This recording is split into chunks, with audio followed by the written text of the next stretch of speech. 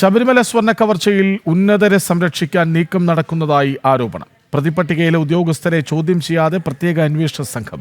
Case പോറ്റിയിൽ മാത്രം ഒതുക്കാൻ ശ്രമമെന്നാണ് ആരോപണം. വിവരങ്ങളുമായി പ്രശാന്ത് ശങ്കരമംഗലത്തൊപ്പം ചേരുന്നു. പ്രശാന്ത്, തുടക്കം മുതൽ ഇതിൻ്റെ സാധ്യതകൾ നമ്മളടക്കം പറഞ്ഞതാണ്. അതായത് ഉണ്ണികൃഷ്ണൻ പോറ്റിയിലേക്ക് മാത്രം അന്വേഷണം കൊണ്ടുവരിക, ആ വഴിക്ക് ചുറ്റും നിന്നവരെ, ഉണ്ണികൃഷ്ണൻ പോറ്റി നടത്തിയ കവർച്ചയുടെ പങ്കുപറ്റിയവരെ സംരക്ഷിക്കുക. അതിപ്പോൾ ഉറപ്പിക്കാം അല്ലേ?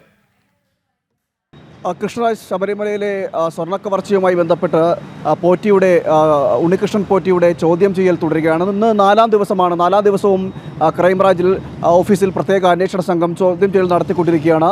ഈ 4 ദിവസവും ചോദ്യം ചെയ്യൽ തുടരുമ്പോഴും അതിൻ്റെ മെറിറ്റിലേക്ക് കടക്കാൻ ഇതുവരെ തയ്യാറായിട്ടില്ല, അല്ലെങ്കിൽ കടന്നിട്ടില്ല എന്ന് വേണം നമുക്ക് മനസ്സിലാക്കേണ്ടിയിരിക്കുന്നത്. കാരണം ഉണ്ണികൃഷ്ണൻ പോറ്റിയെ മാത്രമാണ് ചോദ്യം ചെയ്യുന്നത്, മറ്റ് നടപടിക്രമങ്ങളിലേക്കൊന്നും കടന്നിട്ടും ഇല്ല എന്നാണ് ഇപ്പോൾ നമുക്ക് ഏറ്റവും പുതിയതായി മനസ്സിലാക്കാൻ കഴിയുന്നത്. അതായത് ഈ കേസുമായി ബന്ധപ്പെട്ട് ദേവസ്വം ഉദ്യോഗസ്ഥർ 9 പേർ പ്രതിപട്ടികയിലുണ്ടായിരുന്നു. നിലവിൽ 2 പേർ ആ പ്രതിപട്ടികയിൽ ഉണ്ടായിരുന്ന 2 പേർ നിലവിൽ ദേവസ്വം ബോർഡിൽ ഉദ്യോഗസ്ഥരായി തുടരുന്നവരാണ്.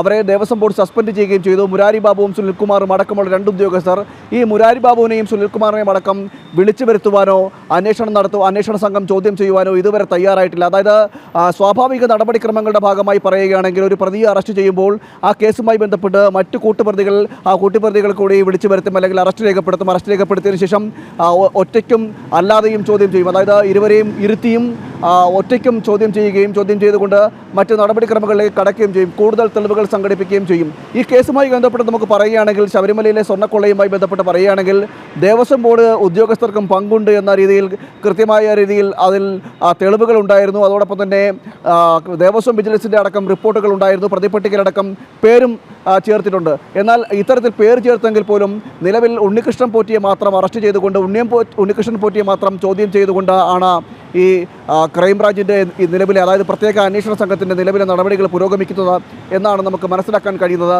കൂടുതൽ അന്വേഷണത്തിലേക്കോ അല്ലെങ്കിൽ മറ്റ് നടപടികളിലേക്കൊന്നും കടന്നിട്ടുമല്ല. അതായത് ചോദ്യം ചെയ്യലടക്കമുള്ള കാര്യങ്ങൾ ഇരിക്കുന്നു. അതോടൊപ്പം തന്നെ തെളിവെടുപ്പുകൾ നടക്കുന്നു.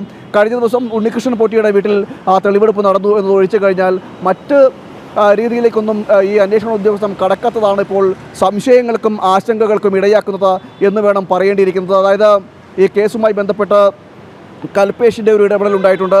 സ്വർണം കൊണ്ടുപോയത് കൽപേഷാണെന്ന് പറയുന്നു. അതോടൊപ്പം തന്നെ കടത്തിയ സ്വർണം എവിടെയെന്നതിന് അത് കണ്ടെത്താൻ ഇതുവരെ അന്വേഷണ സംഘത്തിന് കഴിഞ്ഞിട്ടില്ല.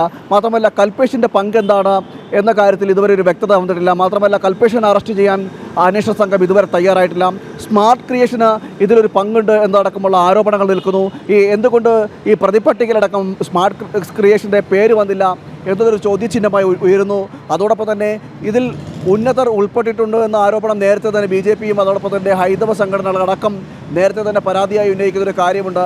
അതിൽ ഈ ഉന്നതർ ആരൊക്കെ എന്നത് കണ്ടെത്താൻ ഇതുവരെ ഒരു നടപടിയോ അല്ലെങ്കിൽ അന്വേഷണം ആ രീതിയിൽ പുരോഗമിച്ചിട്ടും ഇല്ല എന്നതുമാണ് ഏറ്റവും എടുത്തു പറയേണ്ടത്. അതായത് നിലവിൽ നടക്കുന്നത് ഈ ഉണ്ണികൃഷ്ണൻ പോറ്റിയെ മാത്രം കേന്ദ്രീകരിച്ചുകൊണ്ടൊരു അന്വേഷണമാണ്, അല്ലെങ്കിൽ ഈ ചോദ്യം ചെയ്യലാണ് ഇപ്പോൾ നടക്കുന്നത്.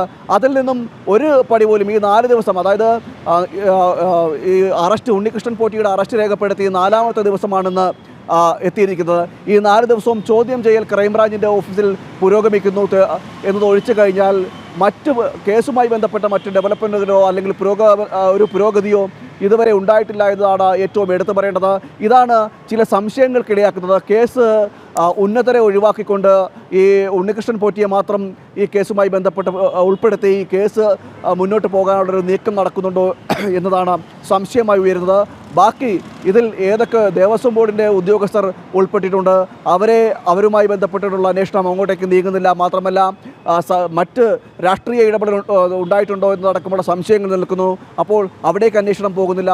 അതായത് ഇത്തരം ഈ കേസുമായി ബന്ധപ്പെട്ട് ഈ സ്വർണ്ണ മോഷണവുമായി ബന്ധപ്പെട്ടുള്ള അല്ലെങ്കിൽ സ്വർണ്ണ കൊള്ളയുമായി ബന്ധപ്പെട്ട തെളിവുകൾ ലഭിക്കണമെങ്കിൽ ശബരിമലയിൽ വൻ കവർച്ച നടന്നിട്ടും ഗുരുതരമായ കൃത്യവിലോപമുണ്ടെന്ന് തെളിഞ്ഞിട്ടും ഉണ്ണികൃഷ്ണൻ പോറ്റിയെ ചുറ്റിപ്പറ്റി മാത്രം അന്വേഷണം കൊണ്ടുപോകാനാണ് പ്രത്യേക അന്വേഷണ സംഘം ശ്രമിക്കുന്നത്. വിവരങ്ങൾ നൽകുകയായിരുന്നു പ്രശാന്ത് ശങ്കരമംഗലത്ത്.